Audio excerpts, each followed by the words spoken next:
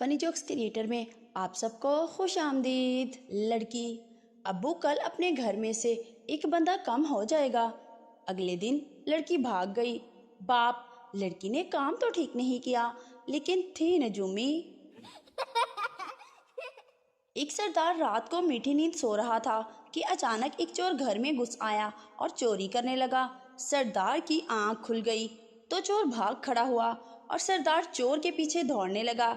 چور تیز دوڑنے لگا، سردار تھوڑا پیچھے رہ گیا تو چور نے اپنی رفتار کم کر دی، اور جب سردار تھوڑا قریب آتا تو چور اپنی رفتار بڑھا دیتا۔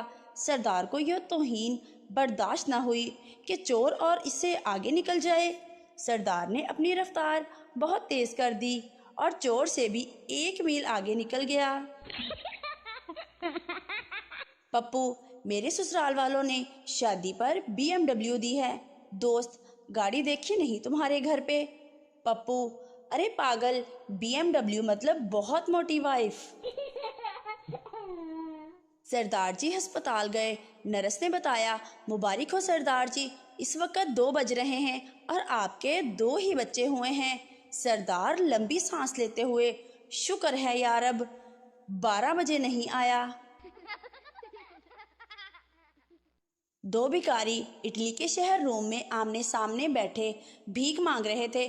ایک نے اپنے سامنے سلیب رکھی تھی جبکہ دوسرے نے اپنے سامنے ایک مورتی سجا رکھی تھی۔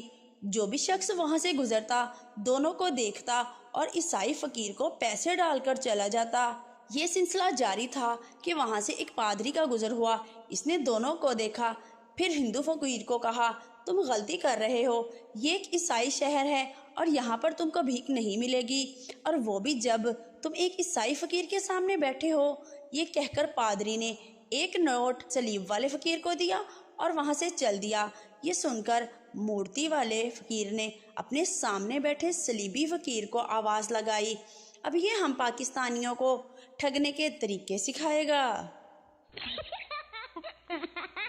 ایک آدمی مولوی کے پاس گیا اور بولا: میں غصے میں آ کر اپنی بیوی سے کہہ دیا تجھ پر 3 طلاق، لیکن اب مجھے افسوس ہوا، پر سب کہتے ہیں اب طلاق ہو گئی ہے، اب صلح کی کوئی شکل نہیں۔ خدا کے لیے کوئی ایسی ترتیب بتائیں کہ میری بیوی گھر آ سکے۔